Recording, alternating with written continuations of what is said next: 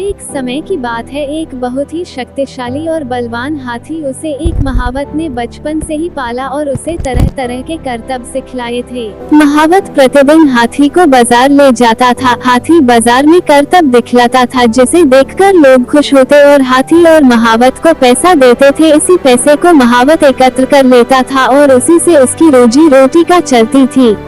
घर जाने के पश्चात महावत हाथी को एक पतली सी रस्सी से बांध देता था। लोगों को ये बात बड़ी अजीब सी लगती थी कि इतना हट्टा कट्टा हाथी इतनी पतली सी रस्सी से कैसे बंधा हुआ था।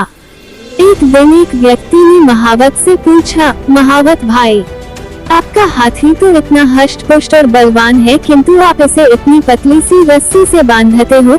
हाथी जब चाहे इस रस्सी को बड़ी ही आसानी से तोड़ सकता है, फिर भी वह ऐसा नहीं करता।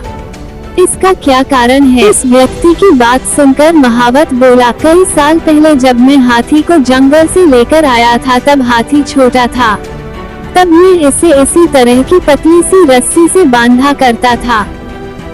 उस समय हाथी बहुत छोटा था। उसने कई बार इस रस्सी को तोड़ने का प्रयास किया, किंतु बचपन में वह इसे नहीं तोड़ सका।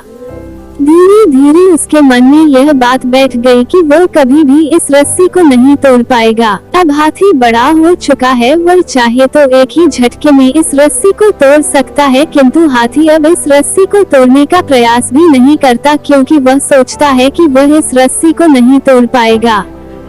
किंतु अब वह चाहे तो इस रस्सी को एक ही झटके में तोड़ सकता है। व्यक्ति को सारी बात समझ में आ गई कि किसी भी जीव के दिमाग में जो बात बैठ जाए वह सारी उम्र उसके साथ रहती है।